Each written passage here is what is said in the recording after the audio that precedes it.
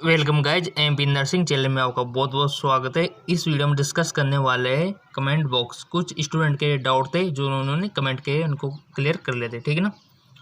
सबसे पहला कमेंट है संजय जी का। सर 18 जुलाई को पीएनएसटी की एग्ज़ाम होने वाली है सर, सच्ची में होगी क्या? शायद आगे बढ़ सकती है। जी बिल्कुल, अभी जो डेट फिक्स है वो है 18 जुलाई, ठीक है ना।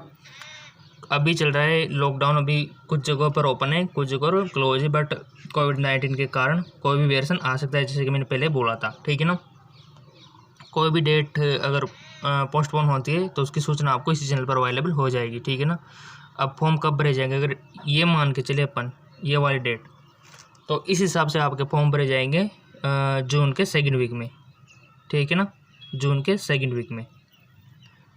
अब कोई भी वेरिएशन आता है कोविड-19 के कारण, तो अगर यहाँ चेंज आया ना तो फिर फॉर्म भरने में भी चेंजिंग आ सकता है, ठीक है। तो कोई भी चेंजिंग आ सकता है कोविड-19 के कारण, ठीक है। अब चलते आगे, क्लियर। अगला है तीजू जी का। सर ये एग्ज़ाम तो ऑनलाइन होता है ना सर, ये 2030-40 के PDF भी सोल्व करवा दीजिए। ऑनलाइन किसने बोला ऑनलाइन होता है? ऑनलाइन अगर होता तो फिर ये जो हमारा इंस्ट्रक्शन दिए गए यहाँ पर, थोड़ा सा आपने देखा होगा, यहाँ पर बोला था कि सील को ओपन करना है। अब आप ऑनलाइन में कैसे सील ओपन करोगे, पहले तो ये बताओ। ऑनलाइन में कैसे सील ओपन करोगे? और इसमें दिया हुआ है कि आपने बॉल पेन से डब्बा बनाना है, तो ऑनलाइन में कैसे डब्बा बनाओगे?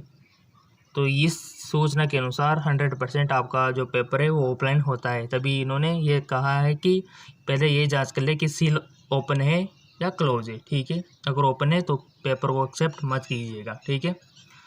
तो पेपर सील लगी हुई तो इसका मतलब तो ऑब्वियसली बात है कि ऑफलाइन ही होता है, ठीक है। कौन सी बुक से, अगला कमेंट है हमारा, कौन सी बुक से पढ़े? 12th में आपने जो पढ़ा वही पढ़े, ठीक है।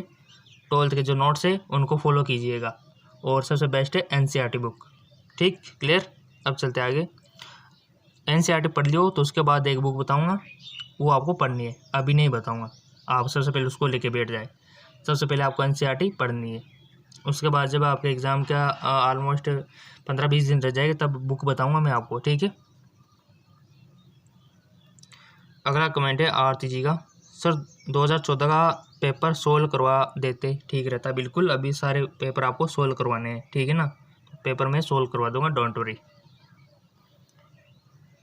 अगला कमेंट है वैष्णवी जी का। सर ये सीट मैट्रिक्स 2018 का है, प्लीज़ इन्फॉर्मेशन 2020। अभी 2020 का फॉर्म नहीं आया तो ये कहाँ से आएगा, ठीक है। जब आपके फॉर्म भरे जाएंगे तभी ये सीट मैट्रिक्स 2020 की आएगी। फिलहाल ये रहेगी 29 तक, ठीक है।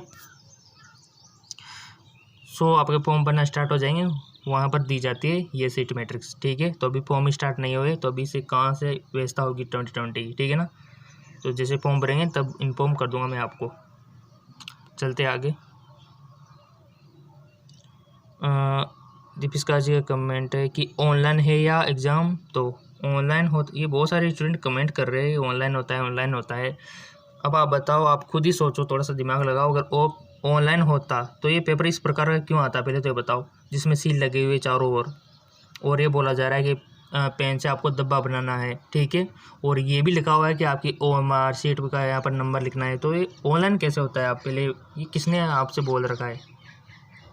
ऑनलाइन वो होता है जिसमें ना ही कोई पेन की रिक्वायरमेंट होती है, पेंसिल की रिक्वायरमेंट हो, किसी प्रकार के सील तोड़ने की रिक्वायरमेंट होती है। इसमें किसी प्रकार का कुछ नहीं होता, आपको बस माउस लेना है हाथ में और टिक करते जाना है, ऐसे टिक करते कंप्यूटर की स्क्रीन पे, वो होता है ऑनलाइन, ठीक है।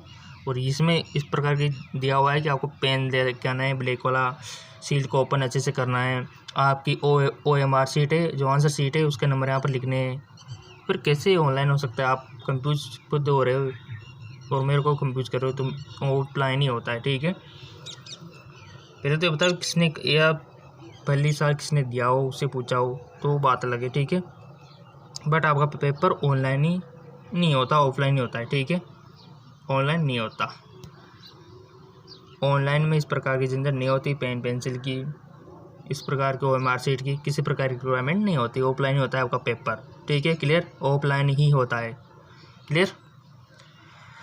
रितु जी का कमेंट है। सर GNTST और PNST का सिलेबस बता दीजिए। बिल्कुल बिल्कुल रितु जी, इसमें क्या है GNTST और इसका सिलेबस नहीं बताया मैंने। अभी आप 12th पढ़िए, 12th की NCERT, ठीक है ना, उसको फॉलो कीजिएगा। उसके बाद सिलेबस पे मैं वीडियो बना दूंगा, डोंट वरी, ठीक है।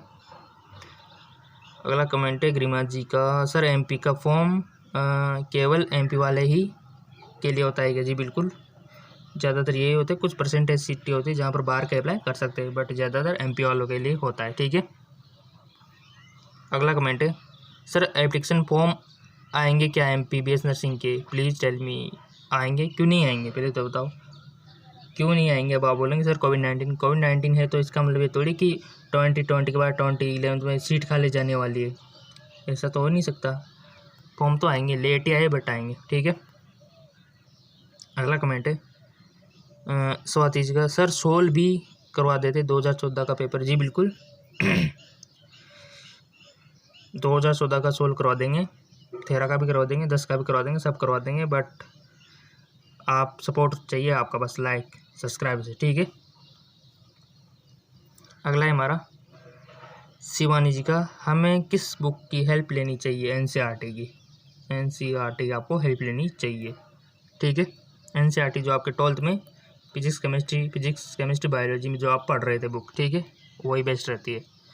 और उसके बाद मैं आपको बताऊंगा 15-20 दिन रह जाएंगे तब बता दूंगा आपको बुक, ठीक है।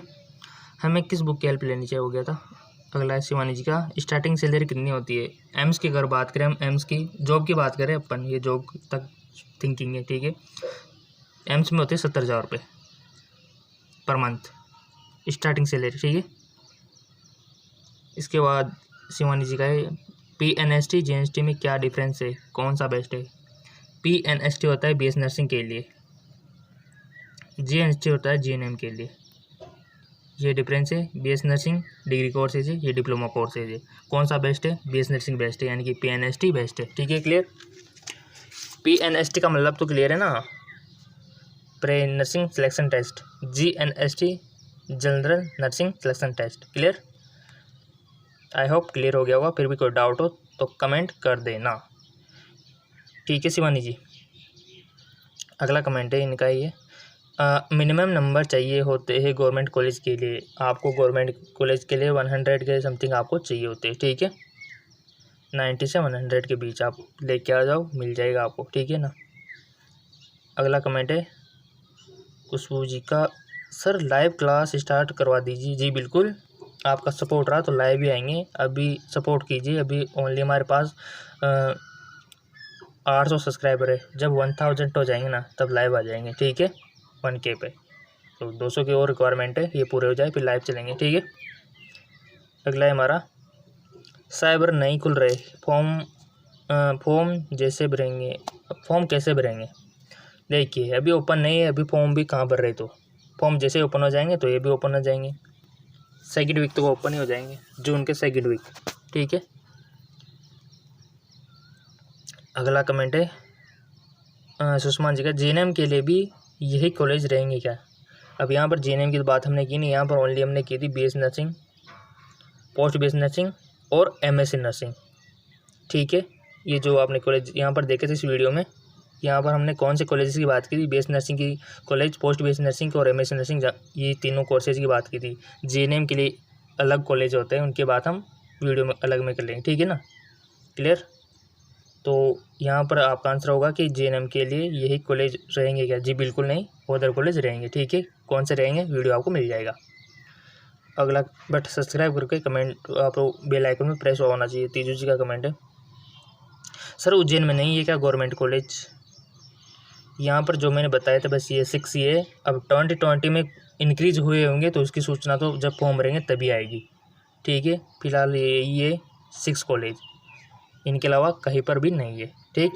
तो 2020 में अगर सीटें भी बड़ी होगी, कॉलेज भी बड़ी होगी, तो अगर उसका रजिस्ट्रेशन हो गया होगा, वहाँ पर शुरू हो गई होगी, स्टार्ट हो गई होगी, तो उसकी सूचना फॉर्म भरते टाइम पर आपको दे दी जाएगी, ठीक है। अगला कमेंट है हमारा, देखो मैं सबके कमेंट पढ़ रहा हूँ, सबके डाउट क्लियर कर रहा हूँ, ठीक है ना। मैं नहीं चाहता कि किसी में डाउट रहे, और डाउट रहता है तो बार बार आपको परेशान करता है, ठीक है ना। और डाउट क्लियर हो जाए तो क्लियरिटी हो जाता है, माइंड हल्का हो जाता है एक प्रकार से, और अच्छी फीलिंग आती है अंदर से, और पढ़ने का मन करता है फिर। तो इसलिए तो मैं आपके सारे कमेंट को देख के आंसर देने का प्रयत्न करता हूँ, ठीक है ना। Pradeep Kumar ji thank you sir very ना, वो आपने सपोर्ट, ऐसे होता है सपोर्ट ही, थैंक यू। पूजा जी भी थैंक यू। देखिए ये स्टूडेंट मेरे को सपोर्ट प्रोवाइड कर, इन्हीं की वजह से मान लो, और क्या, वीडियो अपलोड करने के लिए ये थोड़ा सा मोटिवेट कर देते हैं, ठीक है। पायल जी का कमेंट है, सर एंट्रेंस एग्ज़ाम के बाद हमें एमपी में ही कॉलेज मिलेगा या कभी बाहर? एमपी में मिलेगा, बाहर क्यों मिलेगा? ये जो दिए हुए 6 कॉलेज इनमें से मिलेगा आपको, ठीक है। ये वीडियो देख लो, इनमें दिया हुआ है इंदौर, इनमें ये आपके अंदर ही है एमपी में, ठीक है, एमपी में मिलेगा। बुलबुल थैंक यू, बिल्कुल thank you. Swati ji thank you, वो सपोर्ट मोटिवेट कर दिया आपने तो, और क्या, thank you very much. Sonali ji का कमेंट है, सर इस साल से सीट बढ़ गई है समथिंग 390 सीट हो गई है। देखिए जैसे कि मैंने बोला ना, जब आपके 2020 के फॉर्म भरेंगे ना, सारी इन्फॉर्मेशन आ जाएगी, 300 400 500 जो भी सीट बढ़ी होगी वहाँ पर इन्फॉर्म आपको कर दिया जाएगा। अगर बढ़ भी गई होगी अभी, बट वहाँ पर एडमिशन क्या पता ले रहे या नहीं ले रहे, वो तो फॉर्म भरेंगे तभी क्लियर हो पाएगा सोनाली जी, ठीक है ना, क्लियर हो जाएगा आपका फॉर्म भरते टाइम पे। Preeti ji thank you very much. Love it thank you sir. Neeta ji thank you. Vandana ji 12वीं बेस से डायरेक्ट एडमिशन, ऐसा कुछ देखिए इनका बोलना है कि 12th के बाद डायरेक्ट एडमिशन, ऐसा कुछ है क्या? जी बिल्कुल, वो प्राइवेट कॉलेजेस में है, प्राइवेट कॉलेज में आप डायरेक्ट एडमिशन ले सकते हो विदाउट एंट्रेंस एग्ज़ाम, ठीक है ना, बट वहाँ पर थोड़ी फीस ज़्यादा होगी, ठीक है, वैल्यू थोड़ी कम होगी। और आप एंट्रेंस एग्ज़ाम के थ्रू जाओगे गवर्नमेंट कॉलेज में, वहाँ वैल्यू ज़्यादा होती है, गवर्नमेंट जॉब के चांसेस ज़्यादा होते हैं, ठीक है। तो डायरेक्ट एडमिशन होता है बट वो प्राइवेट में होता है, ठीक है ना वंदना जी। अगला है हमारा सर GNTST एंड PNCT का एप्लीकेशन फॉर्म आएगा क्या? ऐसा तो नहीं कि किस बार आए नहीं। जी बिल्कुल नहीं, एंट्रेंस एग्ज़ाम नहीं होगा तो 2021 में फिर पूरी सीटें खाली जाएगी, ऐसा नहीं है, फॉर्म आएगा, ठीक है ना, आएगा श्योर है आएगा, ठीक है ना। क्लियर है वंदना जी? फिर भी डाउट रह गया हो ना, फिर कमेंट कर दियो, आपके हर कमेंट का जवाब आपको मिलेगा, सभी को मिलेगा, ठीक है ना। वर्षा शर्मा जी का कमेंट है, दिस इज़ वेरी हेल्पफुल। जी बिल्कुल वर्षा जी, मोटिवेट बस, थैंक यू, ठीक है ना। रोशनी जी सर ANM का एंट्रेंस एग्ज़ाम के फॉर्म कब भरेंगे? जब भी भरेंगे आपको इन्फॉर्म कर दिया जाएगा। वैसे आपको एक्सपेक्टेड डेट बता देता हूँ, जून का 2nd वीक, ठीक है ना, जून का 2nd वीक चांस है ये। अगला कमेंट है नीता जी का, सर ANM का फॉर्म कब भरे जाएंगे? 2nd वीक ऑफ जून, ठीक है। कार्तिका एग्ज़ाम ऑनलाइन होगा या ऑफलाइन? ठीक है, ऑफलाइन होगा, मैंने आपको बता दिया ना क्यों होगा, और आपको पता है कि ऑफलाइन ही होगा, ठीक है। ऑफलाइन हो या ऑनलाइन हो कोई बात है, आपकी नॉलेज होगी तो आप कहीं पर भी अच्छा कर सकते हो, ठीक है ना। पेपर सेम होते, क्वेश्चन सेम होते, ठीक है ना। ऑफलाइन हो तो पढ़ने वाले के लिए तो ऑफलाइन हो, ऑनलाइन हो कोई फ़र्क नहीं पड़ता, ठीक है। अगला कमेंट है Sandhya ji, thank you sir, thank you very much. Pooja ji का कमेंट है, सर बता दीजिए ना गवर्नमेंट कॉलेज के लिए। सर मैंने 2015 में 12वीं पास की है, 2015 में 12वीं पास की है, BS नर्सिंग कर सकती हूँ क्या? जी बिल्कुल कर सकते हो, ऐसा कुछ ये नहीं है, आप कर सकते हो पूजा जी, और कीजिए। 2015 में की हुई तो कोई दिक्कत वाली बात नहीं है, अच्छी बात है। आपकी एज है ना जो है 25 से ऐसे कुछ अबाउ नहीं होनी चाहिए, 30, तो आप अप्लाई कर सकते हो। 2015 में किए तो आराम से कर सकते हो आप, ठीक है, कर सकते हो। निशा जी, सर किस चैनल में है बता दीजिए? साइंस एम के चैनल में प्रैक्टिस क्वेश्चन, ठीक है, साइंस एम के टाइप कर लीजिए। Thank you sir Bulbul, thank you. Payal Malvi thank you very much. अगला कमेंट है अनुष्का जी का, sir BS nursing subject full information दे दीजिए। BS नर्सिंग की subject information MP nursing channel पे मैं दे रहा हूँ, ठीक है, कुछ भी डाउट हो तो कमेंट कर सकते हो। अनुष्का जी, सर BS नर्सिंग के फॉर्म की डेट कब आएगी? 2nd वीक ऑफ जून, अभी चांसेज है, ठीक है ना, 2nd week of June chances है। Preeti ji thank you very much. Kuldeep ji, NM के लिए भी 2nd वीक में भरे जाएंगे, ओल्ड क्वेश्चन पेपर सब आपको मिल जाएगा। चैनल को सब्सक्राइब करके बेल आइकन पर प्रेस कर लो, सब कुछ आपको मिलता रहेगा, ठीक है ना। अगला कमेंट है सोनाली जी का, सर बीएस नर्सिंग के लिए बेस्ट बुक कौन सी रहेगी एनसीईआरटी। ये पढ़ लो, अगर ये पढ़ लिया हो तो इसके बाद मैं वीडियो बनाऊंगा, वो बुक मैं आपको बताऊंगा, बट तो 20-25 दिन रह जाएगा आपके एग्ज़ाम में, तब बताऊंगा, तब आपको वो पढ़ने, ठीक है। अगला कमेंट है निदा जी का, थैंक्स सर, कौन से ईयर के क्वेश्चन है। देखिए कौन से ईयर के क्वेश्चन है, मैंने सबसे पहले आपको बॉटनी का करवाया था, फिर जूलॉजी का करवाया था, उसके बाद केमिस्ट्री का करवा रहा हूँ। तो आपने इसका मतलब ये बॉटनी जूलॉजी भी नहीं देखी होगी, तो पहले इनको देखिए, क्लियर हो जाएगा कौन से ईयर का है। स्टेप बाय स्टेप हम चल रहे थे, तब जाके केमिस्ट्री आई थी, इसके बाद हम जनरल इंग्लिश पढ़ेंगे, ठीक है। तो उनको देख लीजिए, मिल जाएगा, बायोलॉजी और जूलॉजी हमारे जो पढ़ दी उनको। अगला कमेंट है कुलदीप जी का, सर नेगेटिव मार्किंग होती है क्या। जी बिल्कुल नहीं। अगला है हमारा, सर जी फिजिक्स के क्वेश्चन की वीडियो बना दीजिए। बिल्कुल, केमिस्ट्री का हो जाए उसके बाद केमिस्ट्री की आपको मिलेगी। तीजू जी बहुत अच्छे से समझा रहे हो आप। जी बिल्कुल, thank you, very very very nice sir जी। देखिए सपोर्ट, इनकी वजह से सपोर्ट मिलता है, ऐसे कमेंट आते हैं ना पॉजिटिव वाले, ठीक है। अंकिता जी कमेंट है, सर आप यूपी का कब बताओगे, दिल्ली एम्स का या फिर LHMC का। अब क्लियर नहीं किया, क्योंकि दिल्ली में 2 एग्ज़ाम होते हैं, 2-3 एग्ज़ाम होते हैं यहाँ पर। इलाहाबाद लखनऊ का तो जून के लास्ट में है इनका, तो मैं आपको बता दूँ, यहीं पर बता देता हूँ, ठीक है। अंकिता जी क्लियर है। अब चलते आगे, वंदना जी का, सर आप इस पे बता दीजिए कि आप कौन से ईयर का old question paper step by step में सोल्व करवा रहा था, आपको नहीं मिला होगा। पहले मैंने बॉटनी है ना, फिर जूलॉजी, फिर केमिस्ट्री पकड़ी थी, ठीक है। अगला कमेंट है, thank you sir ji, thank you. Ankita ji nice nice, oh love it, ठीक है। और आगे हमारा, सर क्वालिफिकेशन क्या चाहिए। इसके लिए 12th पास चाहिए, फिजिक्स केमिस्ट्री बायोलॉजी, ठीक है ना, 12th pass out, physics chemistry biology, female candidate apply कर सकते हैं। अगला है हमारा शिवानी जी का, सर क्या घर में भी प्रोफेशन कर सकते हैं क्या बिना कोचिंग के। जी बिल्कुल, क्यों नहीं कर सकते। पहले तो आप दिमाग आपका है, बुक आपकी है, क्यों नहीं कर सकते। मैं माई स्टोरी, मैंने खुद ने बिना कोचिंग के, बिना किसी हेल्प के घर पे बैठ के प्रिपरेशन किए शिवानी जी, ठीक है ना। सभी स्टूडेंट को मैं कहना चाहूँगा, घर पे रह के ही, जितनी घर पे अच्छी पढ़ाई होती ना, उतनी बाहर नहीं होती। घर पे आप अपनी मर्ज़ी के अकॉर्डिंग पढ़ाई कर सकते हो और बहुत अच्छी कर सकते हो। उसके लिए आपको रूल क्या होने चाहिए। जी बिल्कुल, इसके लिए रूल होना चाहिए रेगुलरिटी। अपने आप से वादा करो कि इस टाइम पे ये पढ़ना है, सब्जेक्ट वाइज कर लो, सुबह फिजिक्स पढ़नी है, दिन में केमिस्ट्री पढ़नी है, शाम को बायोलॉजी पढ़नी है। इस प्रकार का रूटीन आप रख सकते हो। अपने आप से इस प्रकार का वादा करना होता है और रेगुलरिटी रखनी होती है स्टूडेंट। अगर आप कहीं शादी ब्याह में किसी प्रोग्राम में चले गए हो तो दूसरे दिन उसको कवर करें, उस टाइम को यूज करें। कि आपको रोज़ाना 8 घंटे पढ़ना है तो 8 घंटे का ऑन एन एवरेज आपको रखना होता है। शादी में गए, कहीं प्रोग्राम में गए, उस कारण आप 5 घंटे पढ़ पाए तो 3 घंटे दूसरे दिन लगाओ, यानी कि 8 से 9 से 11 घंटे दूसरे दिन पढ़ो। ये होता है, इस प्रकार की रेगुलरिटी होती है और अपने आप से ये करना होता है, कोई दूसरा नहीं, ठीक है।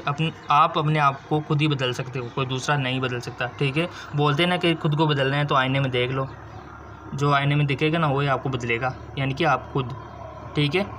तो आप खुद बदल सकते हो और मैंने भी किया हुआ है। मैं भी आपकी तरह स्टूडेंट था पहले और किसी प्रकार की मैंने कोचिंग नहीं की।